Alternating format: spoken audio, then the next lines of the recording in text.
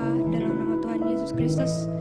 Tuhan, sebentar kami memulai ibadah kami Tuhan, kiranya Engkau memimpin ibadah kami Tuhan dari awal, pertengahan hingga akhirnya. Dan sekarang kami ingin memuliakan nama Engkau, biarlah apa yang kami naikkan syukur ini bisa menyenangkan hati Engkau. Terima kasih Tuhan, hanya di dalam nama-Mu kami berdoa dan mengucap syukur. Haleluya. Amin. Shalom semuanya. Shalom. Apa kabar kalian semua? Baik, luar biasa. Puji Tuhan. Amin.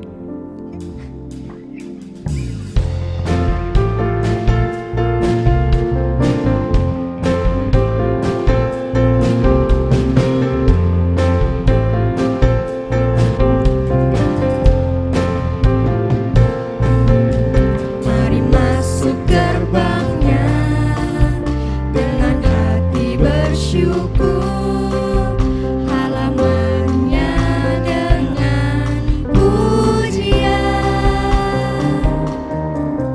penuhi baitnya dengan nyanyian syukur, hadiratnya penuh sukacita. Sebab Tuhan Dia baik dan anugerahnya kekal selama-lamanya. Amin.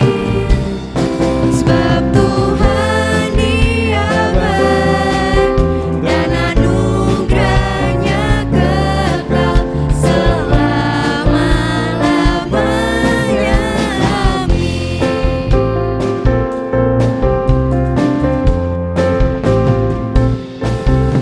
Mari masuk gerbangnya dengan hati bersyukur, halamannya dengan pujian, penuhi baitnya dengan nyanyian syukur, hadiratnya penuh sukacita. Sebab Tuhan Dia baik dan anugerahnya kekal selama-lamanya. Amin. Sebab Tuhan Dia baik dan anugerahnya kekal selama-lamanya. Amin. Sebab Tuhan Dia baik dan anugerahnya kekal selama-lamanya. Amin. Sebab Tuhan Dia baik dan anugerahnya kekal selama-lamanya. Amin. Selama-lamanya, selama-lamanya, selama-lamanya. Amin. Amin.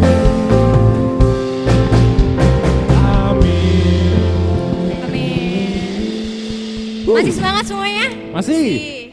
Oke, mari kita naikkan pujian bagi Dia.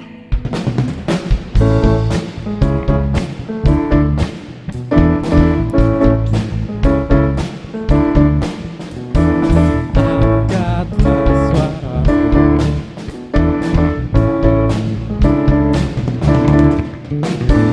Angkatlah suaramu, puji dan serukan nama Yesus. Tanggalkan bebanmu, tak perlu kau khawatir, sebab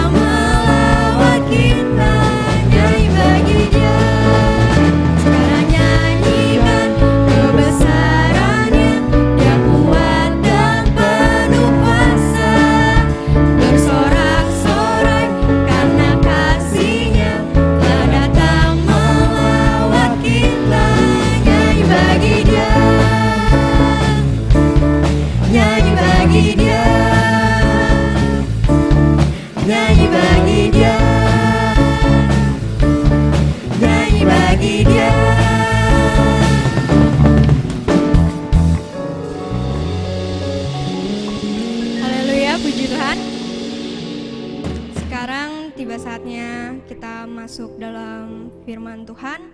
Persiapkan hati kita agar kita bisa mendapatkan hadirat Tuhan.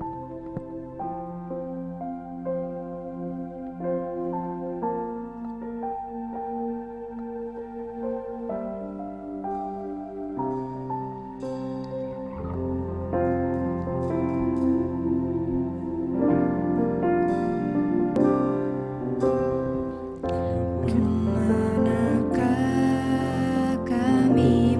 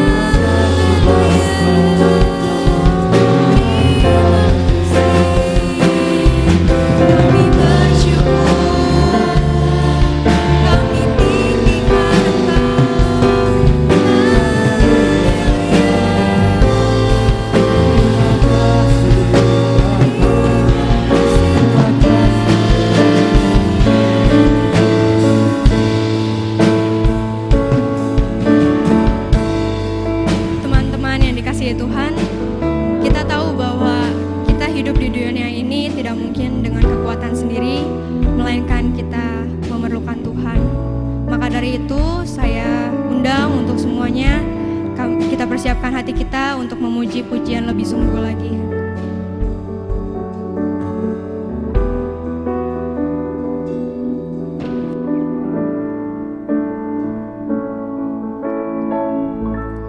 Takkan pernah ku bawa selain yang terbaik, yang harum dan sejati di hadapan Bapa-Mu, Yesusku. Terimalah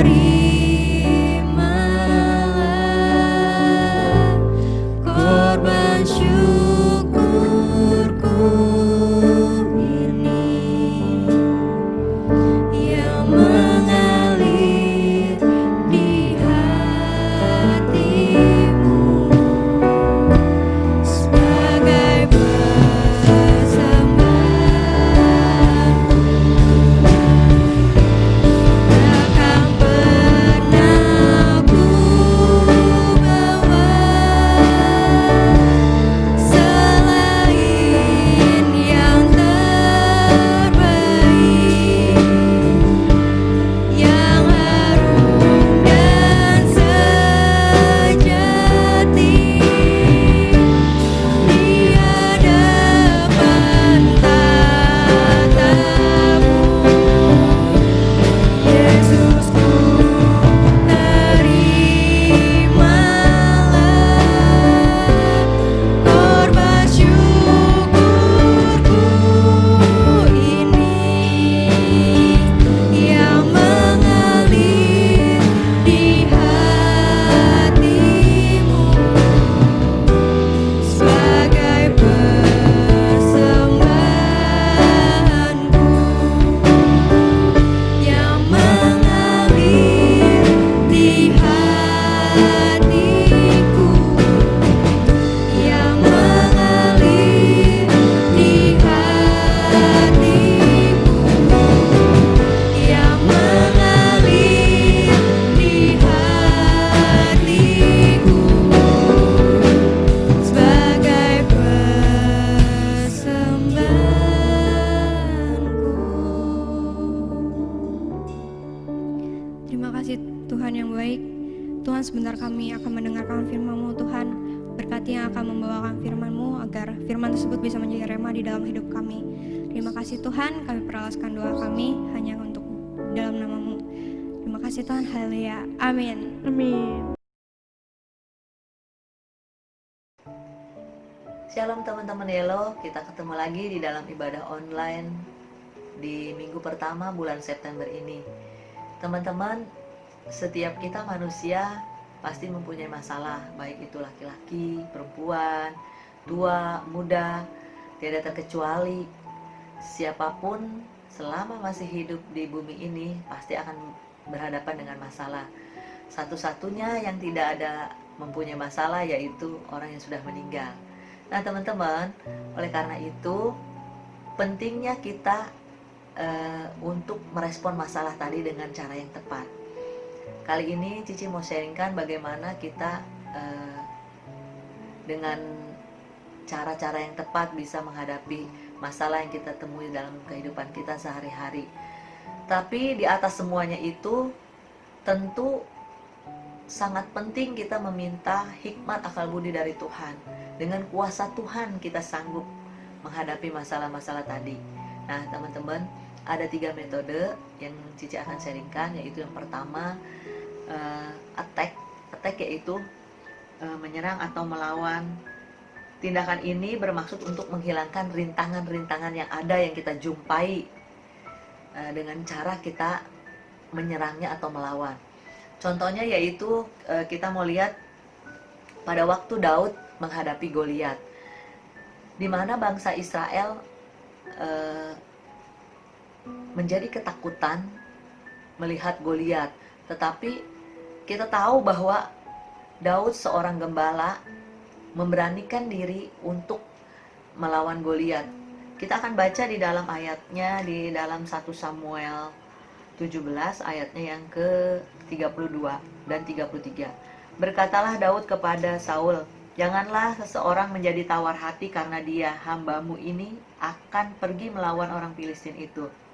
Tetapi Saul berkata kepada Daud, "Tidak mungkin engkau dapat menghadapi orang Filistin itu untuk melawan dia, sebab engkau masih muda, sedang dia sejak dari masa mudanya telah menjadi prajurit."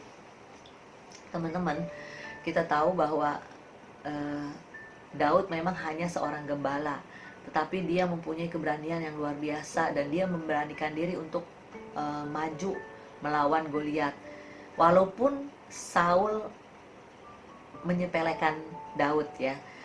Kita tahu kalau seseorang mau maju untuk menghadapi musuh tentu harus mempersiapkan diri sebaik mungkin. Demikian juga yang dilakukan oleh Daud. Yaitu apa yang dipersiapkan dirinya. Di dalam ayat yang ke-45 dikatakan bahwa, "Tetapi Daud berkata kepada orang Filistin itu, 'Engkau mendatangi aku dengan pedang dan tombak dan lembing, tetapi aku mendatangi engkau dengan nama Tuhan semesta alam, Allah segala barisan Israel yang kau tantang itu.'" Jadi yang pertama dilakukan Daud adalah dia minta kuasa Tuhan menyertai. Setelah itu dia mempersiapkan diri, yaitu dengan alat-alat, tongkat, umban atau ketapel, dan juga membawa 5 buah batu. Nah teman-teman, saat ini kita mungkin menghadapi Goliat dalam kehidupan kita. Goliat apakah itu? Entah itu kemalasan, malas belajar, malas baca firman Tuhan, malas berdoa. Kita harus lawan itu, teman-teman. Nah, jangan biarkan bahwa kemalasan itu terus akan menguasai kita. Kita harus lawan, kita harus serang itu kemalasan. Nah, kita tahu bahwa setelah dengan kuasa Tuhan, Daud bisa mengalahkan Goliat. Demikian juga kita pasti bisa melawan kemalasan tadi, sehingga kita juga bisa menjadi seorang pribadi yang lebih rajin lagi. Teman-teman, apalagi yang harus kita lawan? Masalah apa di dalam hidup kita? Yaitu seperti Rasul Petrus berpesan kepada jemaatnya, yaitu dikatakan di dalam 1 Petrus 5 ayat yang ke-8 berkata begini, "Sadarlah dan berjaga-jagalah, lawanmu si iblis berjalan keliling sama seperti singa yang mengaum dan mencari orang yang dapat ditelannya." Jadi yang harus kita lawan adalah iblis. Kita baca di dalam ayatnya yang ke-9a. Lawanlah dia dengan iman yang teguh. Jadi kita harus melawan iblis dengan iman kita yang teguh. Ya teman-teman, kalau kita menjumpai provokator yang namanya iblis itu, kita harus lawan dia. Dia bisa memprovokasi kita loh, supaya kita jauh dari Tuhan, supaya kita tidak lagi taat kepada firman Tuhan. Nah itu kita harus lawan teman-teman ya. Yang kedua adalah metode withdrawal. Withdrawal itu yaitu mengundurkan diri, mengambil tindakan penyesuaian diri yang konstruktif dengan cara mundur dengan sadar. Nah ini juga Cici akan berikan contoh, yaitu contohnya adalah Daud. Ketika Daud dikejar-kejar oleh Saul dan akan dibunuh, karena Saul merasa iri dengan Daud, Daud tidak menyerang, tidak melawan kepada Saul seperti halnya yang dia lakukan ketika dia berhadapan dengan Goliat, dia melawan. Tetapi ketika dia dikejar-kejar Saul dan hendak dibunuh, dia tidak melakukan metode attack, melawan Saul dengan menyerangnya balik, menyerang kembali, tidak. Tetapi dia mengambil cara, yaitu dia melarikan diri, dia menghindari, karena dia tahu dia tidak mau menjamah Saul karena Saul adalah orang yang diurapi Tuhan. Di sini dikatakan bahwa kita akan lihat ayatnya bahwa Saul berusaha untuk membunuh Daud sudah 2 kali. Di sini saya bacakan di dalam 1 Samuel 8 ayat ke-11. Saul melemparkan tombak itu karena pikirnya, baiklah aku menancapkan Daud ke dinding. Tetapi Daud mengelakkannya sampai 2 kali. Daud berusaha menghindar, dia nggak mau berusaha melawan. Waktu tombak itu ditancapkan ke dinding, hampir mengenai Daud. Daud hanya menghindar. Tentu teman-teman,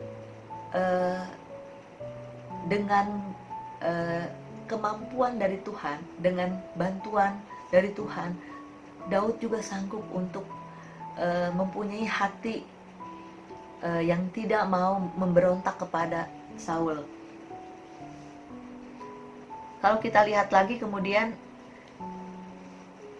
di sini setelah 2 kali Saul berusaha untuk membunuh Daud dengan tombaknya lagi, kemudian Daud melarikan diri ke Rama, yaitu ke rumahnya Samuel, kemudian juga akhirnya ke Nayot. Ini adalah satu tindakan yang tepat. Dia menghindari, melarikan diri, bukan berarti dia pengecut. Sekali lagi saya katakan bukan dia pengecut, tetapi Daud tahu bahwa ini adalah cara yang terbaik untuk menghindari pertumpahan darah dengan Saul, karena dia tahu bahwa Saul adalah orang yang diurapi Tuhan. Dia tidak mau terjadi pertumpahan darah. Dia sudah menganggap Saul itu sebagai orang tuanya. Jadi dia tidak mau ada satu pertengkaran dengan Saul. Nah, teman-teman, di sini dikatakan bahwa setelah Daud melarikan diri ke Rama tadi, kemudian dia bisa mengatakan bahwa kembalilah tenang hai jiwaku, karena Allah telah berbuat baik kepadamu. Itu di dalam Mazmur 116 ayat yang ke-7. Jadi kita tahu bahwa lebih baik kita menghindar, menarik diri supaya kita mendapatkan ketenangan. Demikian juga mungkin kalau kita menghadapi masalah di dalam hidup kita, teman-teman, mari kita menarik diri dari keramaian. Kita mau berdoa kepada Tuhan supaya Tuhan mau tolong membantu kita dalam mengatasi masalah ini, seperti yang dilakukan oleh Tuhan Yesus juga. Ketika Tuhan Yesus akan disalibkan, Tuhan juga sama. Kita mau baca di dalam Lukas 22 ayatnya ke-41. Kemudian ia menjauhkan diri dari mereka kira-kira seperlempar batu jaraknya. Lalu ia berlutut dan berdoa. Katanya, ya Bapakku, jikalau engkau mau, cawan ini bisa engkau lalukan, tetapi biarlah kehendakmu yang jadi. Teman-teman, mari kalau ada masalah apapun, kita mau menarik diri, dalam arti kita mau mencari ketenangan untuk berdoa, karena kita tahu ketika kita tenang kita bisa berdoa. Nah, teman-teman, di dalam Yesaya 30 ayat ke-15 juga dikatakan, dalam tinggal tenang terletak kekuatanmu. Nah, teman-teman, saat ini mungkin kita menghadapi masalah pandemi yang masih ada dan masih terus bertambah jumlahnya, yang positif di negara kita. Tentu yang terbaik yang kita lakukan adalah kita mau menarik diri, yaitu kita tinggal di rumah, daripada kita untuk urusan yang tidak begitu penting kita mau keluar kemana-mana. sehingga itu akan membuat semakin bertambah orang yang positif COVID-19-nya. Mari kita menarik diri, kita tinggal di dalam rumah, kita bisa melakukan aktivitas di rumah, supaya kita juga bisa mencegah penularan ini. Itu salah satu metode yang kita bisa pakai juga di dalam masa pandemi ini. Kalau kita nggak terlalu penting-penting banget, jangan kita keluar rumah. Nah, yang ketiga yaitu metode compromise atau kompromi. Metode ini yaitu tidak sepenuhnya kita mundur dan juga tidak sepenuhnya kita menyerang. Artinya kita kompromi. Bukan berarti setiap masalah bisa kok kita lakukan kompromi ya teman-teman. Apalagi kalau masalah dosa, itu paling nggak boleh kita kompromi sama dosa. Kita harus tegas, kita harus lawan itu ya teman-teman. Nah, kita lihat contohnya yaitu kembali lagi contoh Daud. Kita akan bacakan di dalam 1 Samuel 26 ayatnya yang kita akan bacakan 1 Samuel 26 ayatnya yang ke-20. 1 Samuel 24 dulu teman-teman, ayatnya yang ke-11 saya akan bacakan. Ketahuilah pada hari ini matamu sendiri melihat bahwa Tuhan sekarang menyerahkan engkau ke dalam tanganku dalam gua itu. Ada orang yang telah menyuruh aku membunuh engkau, tetapi aku merasa sayang kepadamu, karena pikirku aku tidak akan menjamah tuanku itu, sebab dialah orang yang diurapi Tuhan. Jadi teman-teman, sebenarnya Daud ada kesempatan untuk bisa membunuh Saul ketika Saul berada di dalam suatu padang gurun di En-Gedi. Waktu itu ada di dalam gua untuk bermaksud untuk Saul itu hendak membuang hajat. Itu ada kesempatan untuk Daud bisa membunuh Saul, tetapi tidak dilakukan oleh Daud. Karena Daud tahu Saul adalah orang yang diurapi Tuhan. Dia tidak membalas apa yang Saul lakukan kepada Daud. Dia hanya memotong punca bajunya sedikit. Itu sebagai tanda bahwa dia sebenarnya sudah berada di dalam genggaman Daud. Nah, kita tahu bukan berarti Daud ini bodoh. Kok ada kesempatan tidak mau dilakukan serang balik gitu kan. Tapi inilah, kalau kita lihat Daud taat kepada Tuhan. Dia memaafkan Saul, tidak membalas kejahatan Saul kepadanya. Dan ini akan berdampak sekali pada akhirnya kita tahu. Kita akan bacakan di dalam 1 Samuel 26 ayatnya yang ke-21, saya akan bacakan. Lalu berkatalah Saul, aku telah berbuat dosa, pulanglah anakku Daud, sebab aku tidak akan berbuat jahat lagi kepadamu, karena nyawaku pada hari ini berharga di matamu. Sesungguhnya perbuatanku itu bodoh dan aku sesat sama sekali. Jadi Saul sudah mengakui kesalahannya, bahwa dia sesat, dia bilang. Di sini dikatakan bahwa karena nyawaku pada hari ini berharga di matamu. Jadi Saul itu merasa terharu. Oh, kok aku tuh sebenarnya udah ada kesempatan bisa kamu bunuh, tapi nggak dibunuh oleh Daud. Jadi Saul bilang, nyawaku itu berharga buat kamu. Dia merasa terharu. Nah, coba kita lihat dampaknya di ayat yang ke-26 apa. Lalu berkatalah Saul kepada Daud, diberkatilah kiranya engkau, anakku Daud, apapun jua yang kau perbuat, pastilah engkau sanggup melakukannya. Lalu pergilah Daud meneruskan perjalanannya, dan pulanglah Saul ke tempatnya. Jadi berakhir dengan damai. Tidak ada pertumpahan darah, karena Daud menjalankan metode kompromis. Dia mengampuni Saul. Dia tidak membalas kejahatan Saul. Akhirnya berakhir dengan baik, yaitu Saul mengakui kesalahannya. Malahan Saul memberkati Daud. Nah teman-teman, Begitulah, kalau kita menerapkan cara-cara yang tepat pada situasi seperti apa kita harus melakukan metode ini, itu hanya petunjuk dari Tuhan yang bisa memberikan kepada kita supaya kita tepat melakukan cara-caranya sesuai dengan kehendak Tuhan. Teman-teman,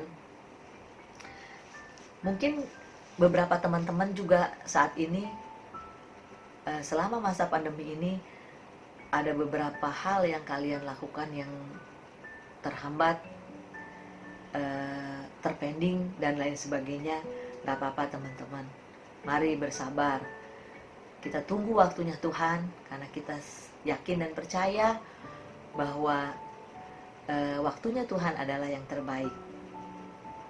Saya cukupkan firman Tuhan, kita tutup ibadah kita tutup dalam doa. Bapa, kami mengucap syukur buat setiap firman yang sudah kami dengar. Biarlah dengan hikmat akal budi yang Tuhan berikan kepada kami boleh dapat menyelesaikan setiap masalah yang kami hadapi di dalam hidup kami Tuhan, dengan cara yang tepat sesuai dengan kehendak-Mu Bapa. Mari tolong Roh Kudus, sanggupkan kami untuk setiap apapun yang kami kerjakan dan lakukan, supaya semuanya berakhir dengan baik Tuhan.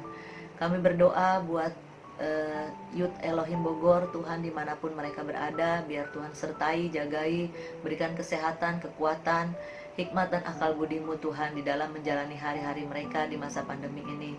Terima kasih Tuhan buat semua yang sudah Tuhan lakukan di dalam hidup kami. Di dalam nama Tuhan Yesus kami tutup ibadah kami. Haleluya. Amin.